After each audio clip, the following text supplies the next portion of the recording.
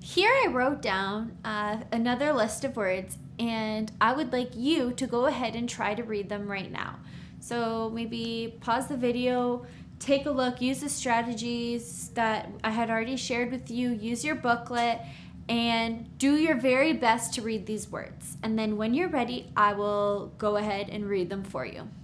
So we have matin, matin. Here, lutin, lutin. Café, café. Rouge, rouge. Again, all these words only have 2 syllables. Matin, lutin, café, rouge. Wonderful job. Again, just simply breaking down the words into syllables will be very helpful.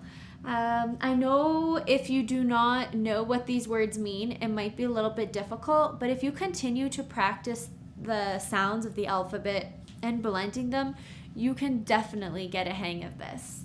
For example, the and the a, that's ma, the t, and the a, te, matin, okay? C-A, as I said, the C makes the sound S or K, K. It often makes the sound S, like an S when there's an I that follows, or an E, okay? In this case, it's an A, so it's K, K.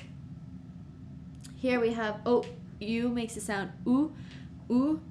So with the R in front, it's R, Ru, Ru, Rouge.